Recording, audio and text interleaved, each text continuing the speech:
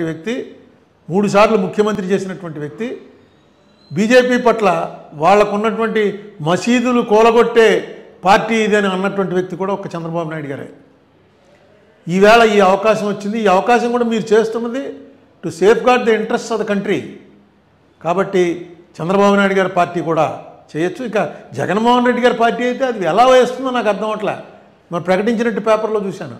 మీరు కూటమికి వ్యతిరేకంగా పోటీ చేసి ఎలక్షన్లో ఓడిపోయి అంత ముందు ఎలక్షన్లో కూడా కూటమికి వ్యతిరేకంగానే పోటీ చేశారు 14లో. సరే 19లో విడిపోయింది, మెయిన్ తెలుగుదేశం పార్టీ అయింది.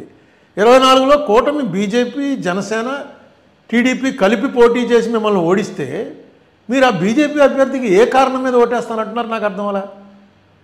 ఎందుకంటే సుదర్శన్ రెడ్డి గారు ఆయనే పార్టీ వాడు కాదు, మీకు కాంగ్రెస్ అంటే ఇష్టం లేదు, కాంగ్రెస్ మీ మీద కేసులు పెట్టింది అంటున్నారు.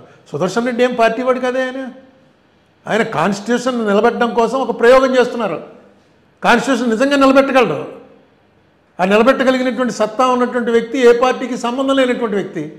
ఇక ఎంతకన్నా ఆపర్చునిటీ మీకు ఏమొస్తుంది? ఇటువంటి విషయాల్లో కూడా మీ డిసెంట్ చెప్పలేకపోతే, మీరు మీ వ్యతిరేకుల విషయంలో కూడా మీరు మీ డిసెంట్ చెప్పలేకపోతే ఎలాగా? నాకు అర్థం లేదు అసలు వైసీపీ ఎందుకు సపోర్ట్